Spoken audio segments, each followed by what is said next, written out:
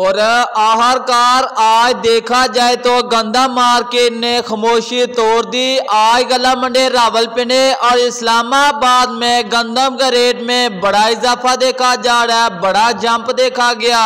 और आज गला मंडी रावलपिंडी और इस्लामाबाद में गंदम 3200 रुपये तक पहुंच चुकी है। तो आप लोगों को आज के सबसे बड़े खबर से आगाह कर रहे हैं। आज गंदम मार्केट में बड़ा जंप देखा जा रहा है। आज गला मंडी रावलपिंडी और इस्लामाबाद में गंदम 3200 रुपये तक पहुंच गई है।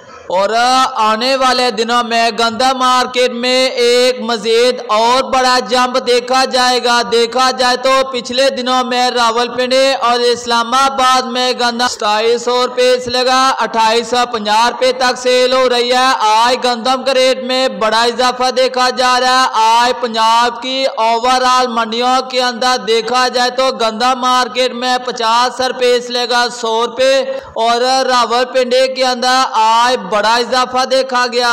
और पंजाब के अंदर गंदम का ज्यादा से ज्यादा रेट 2700 रुपये और वीआईपी आला चक्की क्वालिटी गंदम 2750 रुपये और ओपन मार्केट के अंदर गंदम 2850 रुपये और लाहौर मार्केट के अंदर देखा जाए तो आज गंदम 2850 रुपये से लेगा 2900 रुपये 2875 रुपये तक सेल हो रही है। और आने वाले दिनों में गंदम मार्केट में मजीद एक बड़ा जंप देखा जाएगा।